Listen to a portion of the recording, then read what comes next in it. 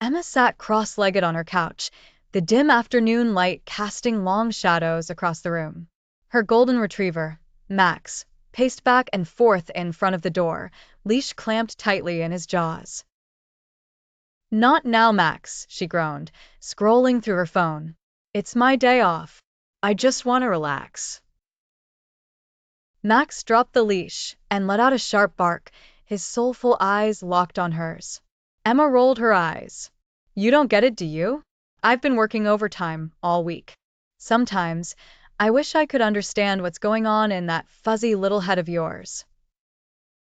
A strange shimmer filled the room, and before Emma could process it, her vision blurred.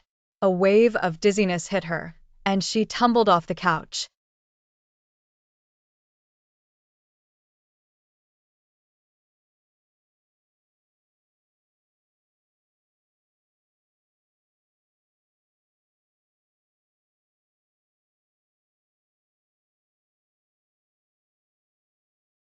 When she came to, the world seemed bigger. The couch loomed above her like a skyscraper, and her hands, no, her paws, scrambled against the hardwood floor. "What the?" she started, but it came out as a bark. From across the room, she saw herself, her human body, staring back at her. Except it wasn't her. It was Max, now standing upright, flexing her fingers like a kid with a new toy. "This is so much better," Max said, grinning. "Max, what did you do?" Emma barked, panic rising. Max, now Emma, sauntered over to the mirror, admiring his new reflection. "You always said you wanted to know what it's like to be me. Guess what? Now you can." Emma tried to growl, but it came out as a pitiful whine. "Turn me back." "Not a chance," Max replied, stretching. "Do you know how hard it is being a dog?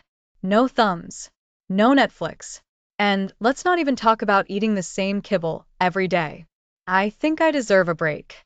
Before Emma could protest further, Max snatched her phone. "What are you doing?" "Just ordering us some pizza," Max said, scrolling with her thumb. "Extra pepperoni. Oh, and maybe some wings." Emma lunged for the phone, but Max held it out of reach. "Relax. You'll love being a dog. Squirrels, belly rubs. All the naps you want." Over the next few hours, Max fully embraced his new human life. He rummaged through the fridge, tried on half of Emma's wardrobe, and even invited the neighbor's dog, Bailey, over for an impromptu playdate. Emma, meanwhile, was relegated to the backyard. Emma struggled to keep up with Bailey's boundless energy. "This is humiliating," Emma muttered, flopping onto the grass. Bailey barked in agreement. Just when Emma thought things couldn't get worse, the doorbell rang. Max answered it with a wide grin, her wallet in hand. 10 pizzas?" Emma barked from outside. Max winked. "You always say sharing is caring." Things took a darker turn the next morning.